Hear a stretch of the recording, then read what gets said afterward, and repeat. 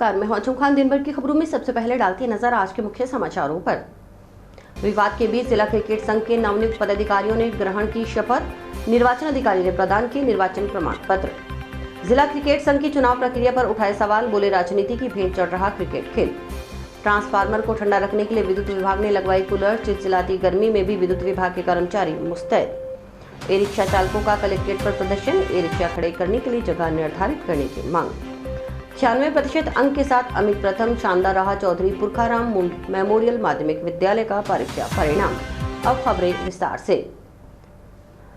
जिला क्रिकेट संघ के चुनाव को लेकर चल रहे विवाद के बीच संघ के 2024 से 2028 की अवधि के लिए नवनियुक्त पदाधिकारियों का शपथ ग्रहण कार्यक्रम शनिवार को जंक्शन स्थित एक होटल में संपन्न हो गया।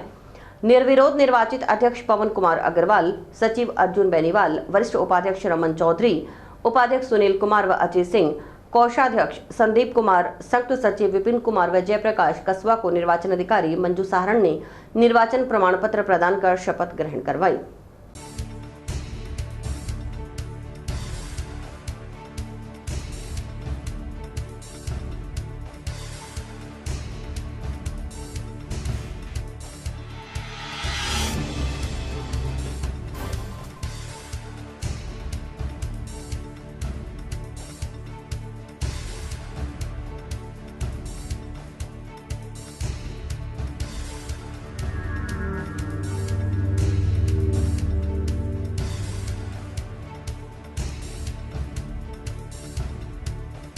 आज 1 जून 2024 को यहाँ जिला क्रिकेट संघ के चुनाव संपन्न हुए हैं और 8 पदों पे हम निर्विरोध निर्वाचित हुए हैं। ये मेरे सबसे अर्जुन जी बेनीवाल सचिव पद के लिए हुए हैं और मैं पवन अग्रवाल अध्यक्ष पद के लिए निर्वाचित हूँ। हमारी प्राथमिकता यहाँ से एकमात्र सिर्फ और सिर्फ जो भी यहाँ की प्रतिभा है हनुमानगढ़ की, उसको आगे तक भेजने की रहेगी और जो पूरे देश में जाके पूरे विश्व में भारत का नाम रोशन करे और अपने जिले का नाम रोशन करे। पिछले बहुत समय से ये प्रतिभाएं हनुमानगढ़ में दबी हुई हैं, जो कि राजनीतिक कारणों की वजह से आगे नहीं जा पा रही थी। तो अब किसी भी राजनीतिक कारण की वजह से प्रतिभा हनुमानगढ़ में रुकेगी नहीं, वो आगे जाएगी। विरोधी कोई नहीं है जी, सब हमारे भाई हैं और सबको किसी को हो सकता है कोई बहकावे में आता है, कोई कन्फ्यूजन में रहता है। घटनाक्रम सब विधि संवत प्रशासन के निर्देशानुसार हाईकोर्ट की निगरानी में और में सब तरीके से पूर्ण हुआ है। बिल्कुल हमारे जो भी हमारे साथ था वो हमारे साथ अभी भी हमारे साथ है। ऐसा कोई नहीं है, किसी से कोई मनमुटाव नहीं है, सब मिलके वही आगे काम करेंगे। त्यागी जी ने यहाँ पे क्रिकेट का भविष्य चालू किया था। उन्होंने दीपक चार, राहुल चार, अभिमन्यु लामा जैसे प्लेयर देश को दिए थे और आज भी उन्हीं के मार्गदर्शन में आगे काम होगा। हाँ जी, आज जो ये चुनाव हुआ है उसकी पूरी प्रक्रिया खत्म हुई है। इसके बाद हमारी मेन प्राथमिकता यही रहेगी कि हनुमानगढ़ में जितने भी अंडर 14, अंडर 19, अंडर 21 जितने भी प्लेयर्स हैं जो मतलब डिजर्व करते हैं टीम में आने के लिए, तो उन्हें हम पूरा मौका देंगे और हनुमानगढ़ की एक अच्छी टीम बनाएंगे। हनुमानगढ़ जिला क्रिकेट संघ के चुनाव के लिए मुझे राजस्थान क्रिकेट संघ ने अपना पर्यवेक्षक बना करके यहाँ भेजा। मैंने संपूर्ण प्रक्रिया देखी, समस्त कागजातों की जांच की, जो कि as per sports act, as per Rajasthan cricket association के संविधान और हनुमानगढ़ जिला क्रिकेट संघ के संविधान के अनुरूप समस्त जो कार्य प्रणाली थी वो सही पाई गई और जो भी लोग निर्वाचित हुए मैं उनको बधाई देता हूँ और पूरा विश्वास है कि हनुमानगढ़ की जो ये नई कार्यकारिणी है ये अच्छा कार्य करेगी और क्रिकेट के विकास के लिए आगे बढ़ेगी। किसी भी संस्था के चुनाव एक ही होते हैं, कहीं ना कहीं इसमें कोई ना कोई गड़बड़ होगी, क्योंकि हमारे स्पोर्ट्स एक्ट में प्रावधान है कि अगर जिला क्रिकेट संघ में किसी तरीके का विवाद है तो शिकायत के आधार पर डीआर को जांच के अधिकार है। उसमें जांच के अधिकार के तहत जब इलेक्शन ऑफिसर को हटा ही दिया, जब उसको हटाने के आदेश हो उसके बाद वो चुनाव की प्रक्रिया कैसे निर्वाचित कर सकते हैं?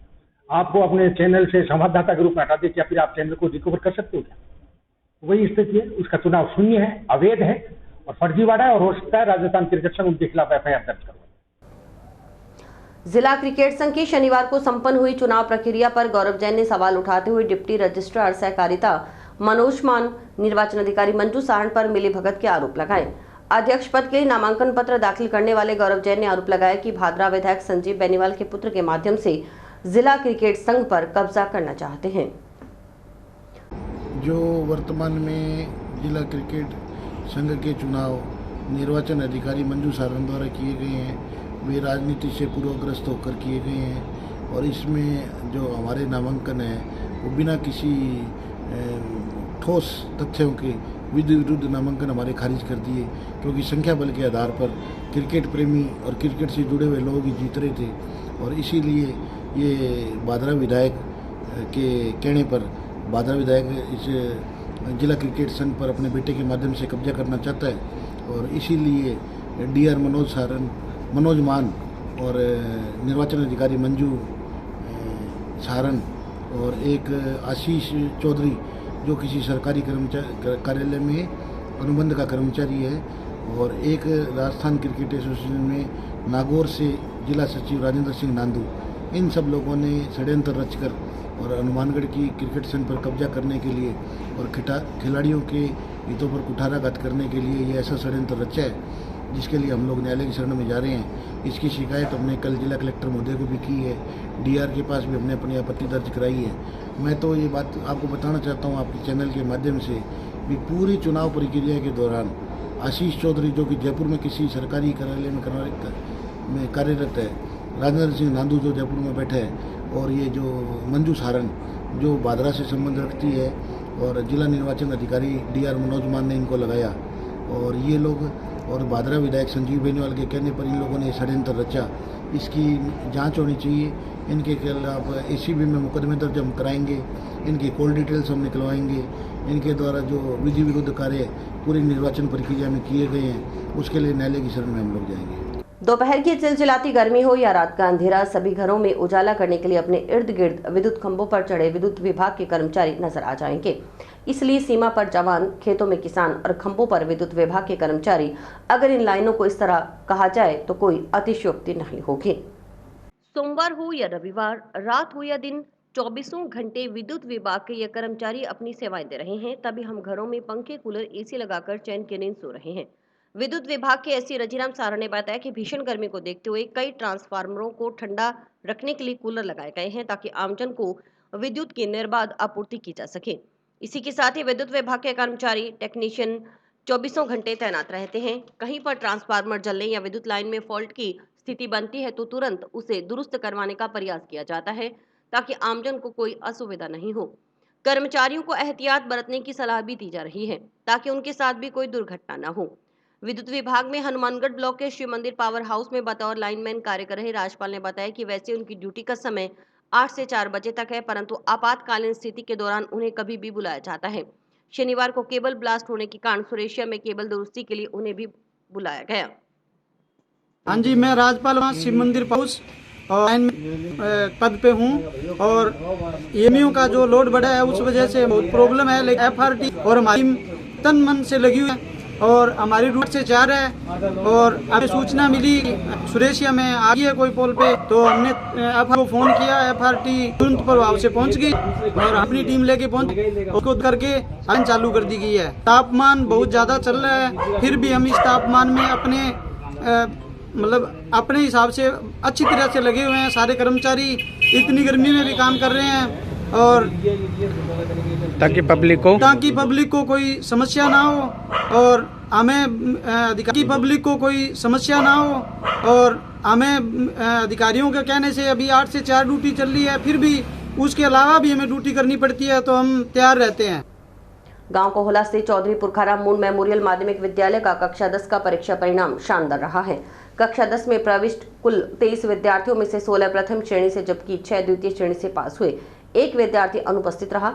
6 छात्राओं का चयन गार्गी पुरस्कार के लिए हुआ है। इस उपलक्ष्य में शनिवार को विद्यालय प्रांगण में आयोजित कार्यक्रम में विद्यालय मैनेजमेंट कमेटी के पदाधिकारियों और स्टाफ की ओर से उच्च अंक हासिल करने वाले छात्र छात्राओं को राजस्थानी साफा और माला पहनाकर सम्मानित किया गया।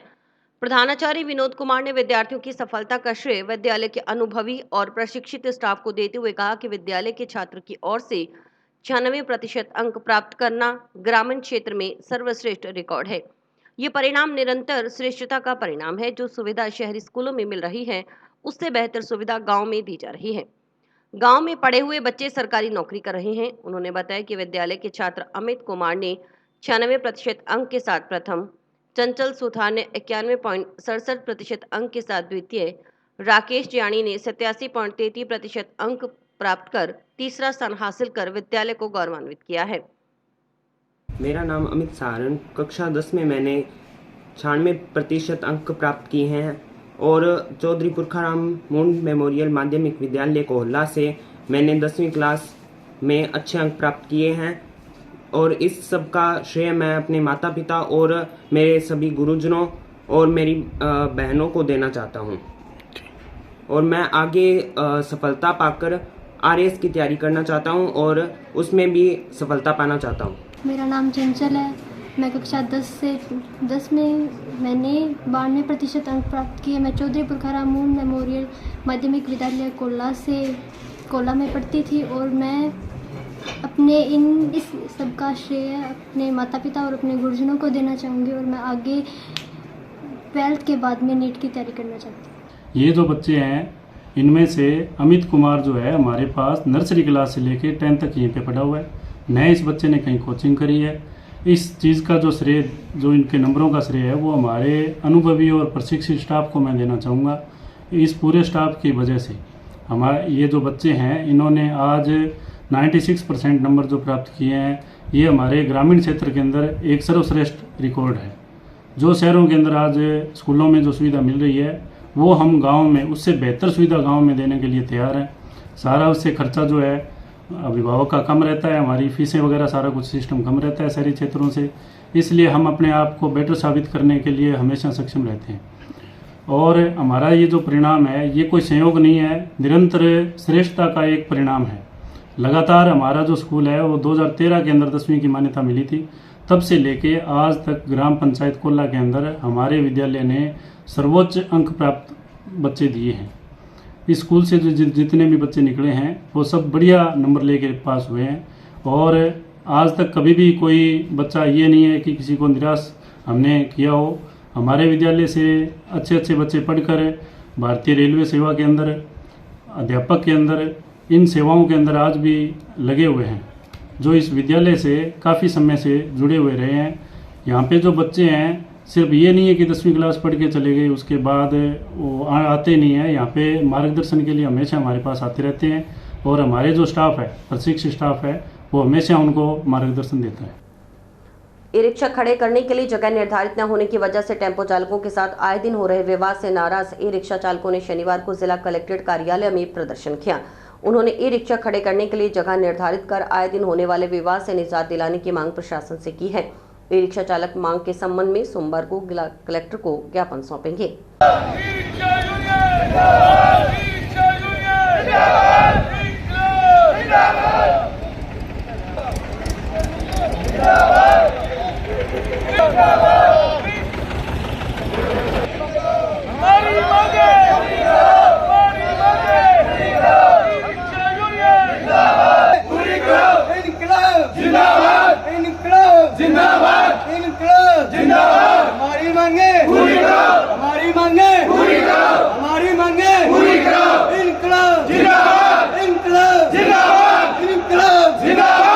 ई रिक्शा चालकों ने बताया कि हनुमानगढ़ शहर में करीब 1500 ई रिक्शा संचालित हैं जो हर रोज चलते हैं, लेकिन ई रिक्शा ठहराव के लिए कोई स्थायी प्रशासन की ओर से निर्धारित नहीं किया गया है। इसकी वजह से यातायात पुलिसकर्मी चालान काट देते हैं। टेम्पो चालकों के साथ भी सवारी को लेकर आपस में विवाद होता रहता है। इस कारण से ई रिक्शा चालक बेहद परेशान है। उन्होंने बताया कि इस समस्या का समाधान करवाने के लिए कलेक्टर व जिला परिवहन अधिकारी को कई बार ज्ञापन सौंपे गए, लेकिन समस्या का कोई समाधान नहीं हो पाया। उन्होंने प्रशासन से इस समस्या का स्थायी समाधान निकालकर ई रिक्शा खड़े करने के लिए जगह सुनिश्चित करने की मांग की। साथ ही कहा कि अगर ई रिक्शा खड़े करने के लिए जगह निर्धारित नहीं की जाती तो टेम्पो आदि खड़े रहने वाले स्टैंड भी हटवाए जाएं। उन्होंने विधायक व नगर परिषद सभापति से भी गुहार लगाई कि वे उनकी समस्या का हल करें, अन्यथा आंदोलन के लिए उन्हें मजबूर होना पड़ेगा। सारे ई रिक्शा यूनियन वाले जितने भी चालक हैं वो कलेक्टर के सामने प्रदर्शन किया। हमने कलेक्टर साहब को विज्ञापन देने के लिए पहुंचे हम कि आए दिन जो है सवारी को लेकर के हमारा टेम्पो चालकों से विवाद होता रहता है। प्रशासन जो है स्थायी जगह नहीं होने की वजह से हमारे चालान काट देता है बार बार। उससे क्या है कि जो ई रिक्शा चालक हैं सारे बहुत ज़्यादा परेशान हैं।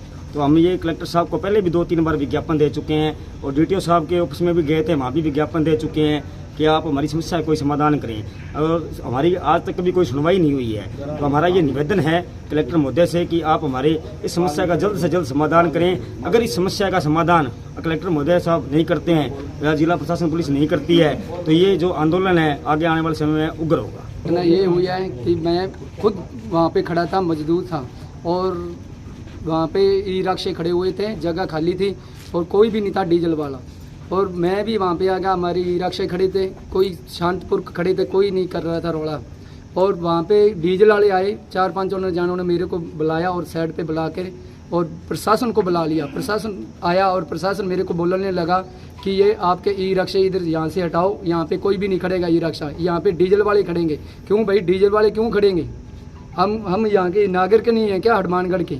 योजना थी गरीब आदमी है जो बेरोजगार है उनके लिए है, गरीब आदमी आपका टाइम पास करे।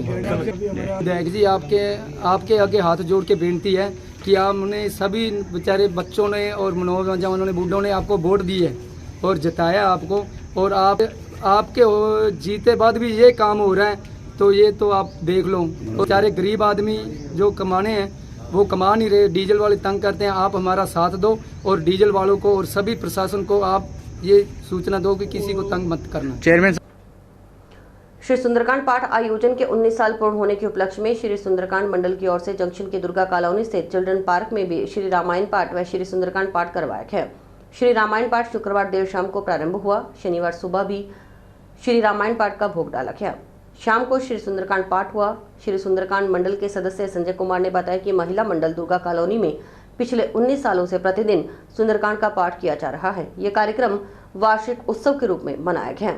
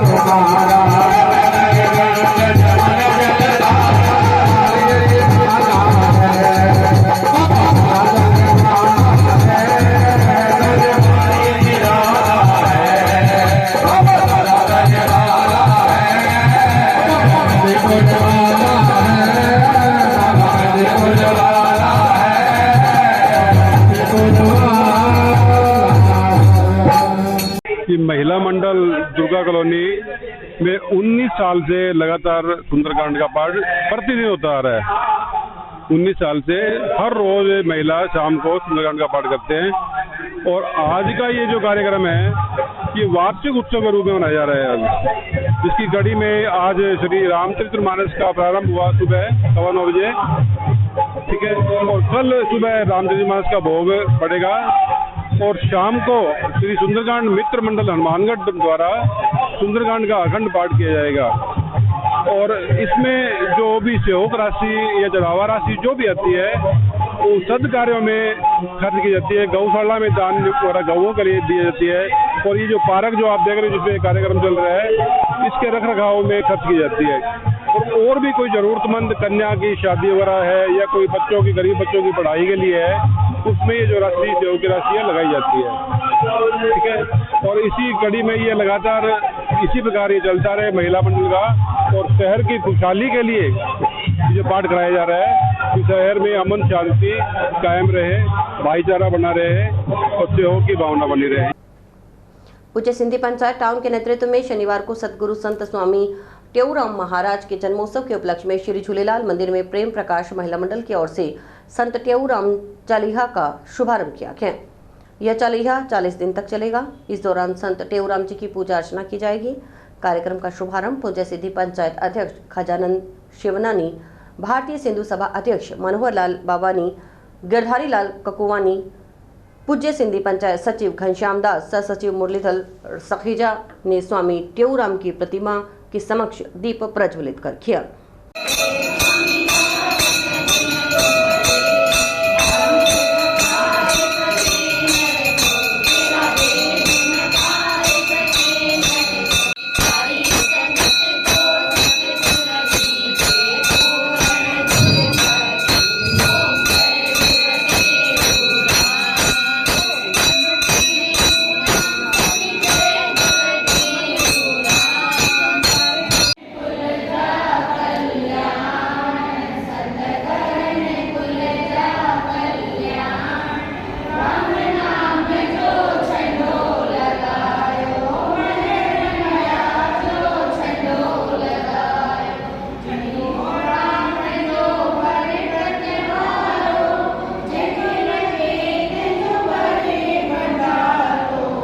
आज पूज्य सिंधी पंचायत के नेतृत्व में प्रेम प्रकाश मंडल द्वारा, महिला मंडल द्वारा संत टेऊराम के जन्मोत्सव के उपलक्ष्य में संत टेऊराम चालीहे का शुभारंभ हुआ है। यह चालीहे 40 दिन तक चलता है हमारा। इसमें हम संत टेऊराम की पूजा अर्चना करते हैं।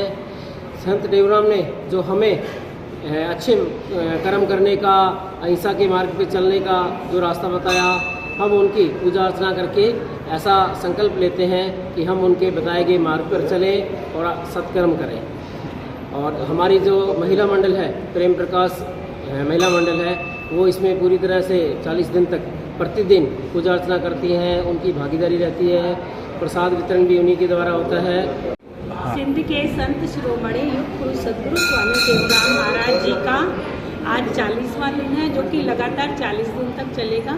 स्वामी जी का जन्म खंडू गांव में सिंध प्रांत में हुआ। देश विदेश में अमरापुर दरबार से स्वामी जी के अनेक आश्रम विख्यात है। मुख्य दरबार जयपुर में अमरापुर दरबार के नाम से प्रसिद्ध है, जो कि बहुत बड़ा विशाल है, जहाँ पर लक्ष्मी नारायण देवी देवताओं और गुरुओं की जो चित्र विग्रह मूर्तियाँ सजीव सी प्रतीत होती हैं। और बेसमेंट में पावन समाधियों के बहुत सुंदर दर्शन होते हैं, जहाँ पर अद्भुत सुखद वातावरण महसूस होता है।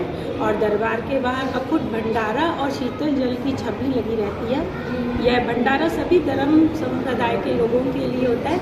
आने जाने वाले यात्री लोग प्रसाद के रूप में पाते हैं और शीतल जल पीकर तृप्त होते हैं। और आज से सभी देश विदेश के जितने भी भक्तजन हैं या आश्रम हैं, सभी व्रत, जप, तप, नियम, अनुष्ठान और श्री प्रेम प्रकाश ग्रंथ का नित्य 40 दिन पाठ करेंगे। और आज हम पूज्य सिंधी पंचायत के साथ और महिला मंडल के साथ दीप प्रज्वलित करके और अरदास करके पलव पाकर गुरु महाराज जी से मंगल कामना का आशीर्वाद लेते हुए 40सा का प्रथम दिन की शुरुआत की है। भारतीय सिंधु सभा व पूज्य सिंधी पंचायत की ओर से गर्मियों की छुट्टियों का सदुपयोग करने के उद्देश्य से टाउन की सिंधी बाल संस्कार शिविर का आयोजन किया जा रहा है। 23 मई से चल रहे 10 दिवसीय शिविर का समापन 2 जून को होगा। शिविर में हिस्सा ले रहे सिंधी समाज के बच्चों को 8 टीचर्स की ओर से सिंधी कविताएं, सिंधी भजन, सिंधी महापुरुषों की जीवनी के बारे में जानकारी दी जा रही है।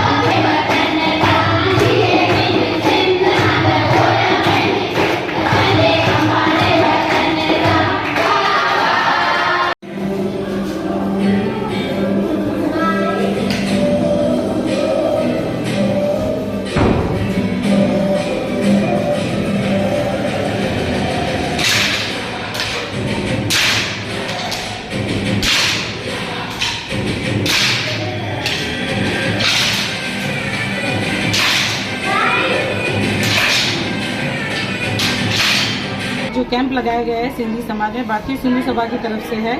हमारे यहाँ 11 दिन का कैंप लगाया गया है। 23 तारीख से शुरू हुआ है और कल समापन होगा।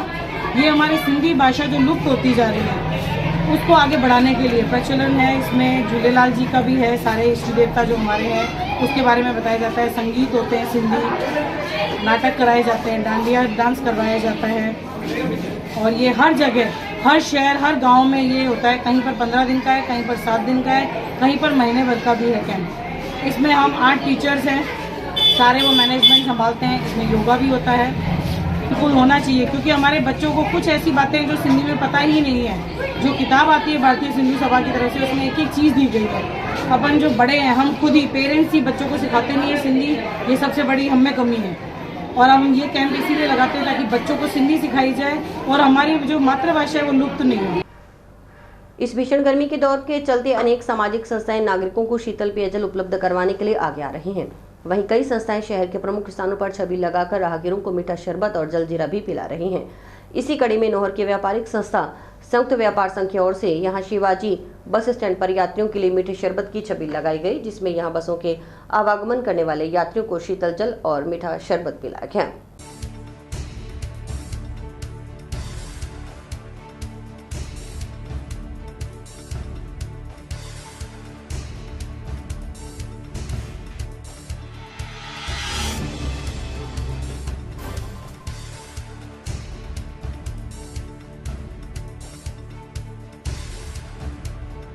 नौर में ये बस स्टैंड पर संयुक्त व्यापार संघ की तरफ से जो ये मीठे शरबत की व्यवस्था की गई है, आइए इससे जो बस स्टैंड के यात्री है उनको बहुत सुविधा मिलेगी, आम जनता को बहुत सुविधा मिलेगी। बहुत ही अच्छा कार्य है, इनको बहुत बहुत मेरी तरफ से शुभकामनाएं। ये कार्यक्रम आज से प्रारंभ हुआ है और जब तक मौसम की मार रहती है, मौसम में गर्मी रहती है और जब तक आवश्यकता रहती है तब तक ये कार्यक्रम चलेगा। ये कार्यक्रम संयुक्त व्यापार संघ की ओर से किया जा रहा है और इसमें संयुक्त व्यापार संघ के सभी संगठनों का, सभी व्यापारियों का मुख्य सहयोग है। बाकी एक आम आदमी के सहयोग से, सेवा से और आम आदमी की सेवा के लिए ये कार्यक्रम चलाया जा रहा है। और इसी के साथ समाचार समाप्त हुए। रोजाना देखते रहिए समाचार। नमस्कार।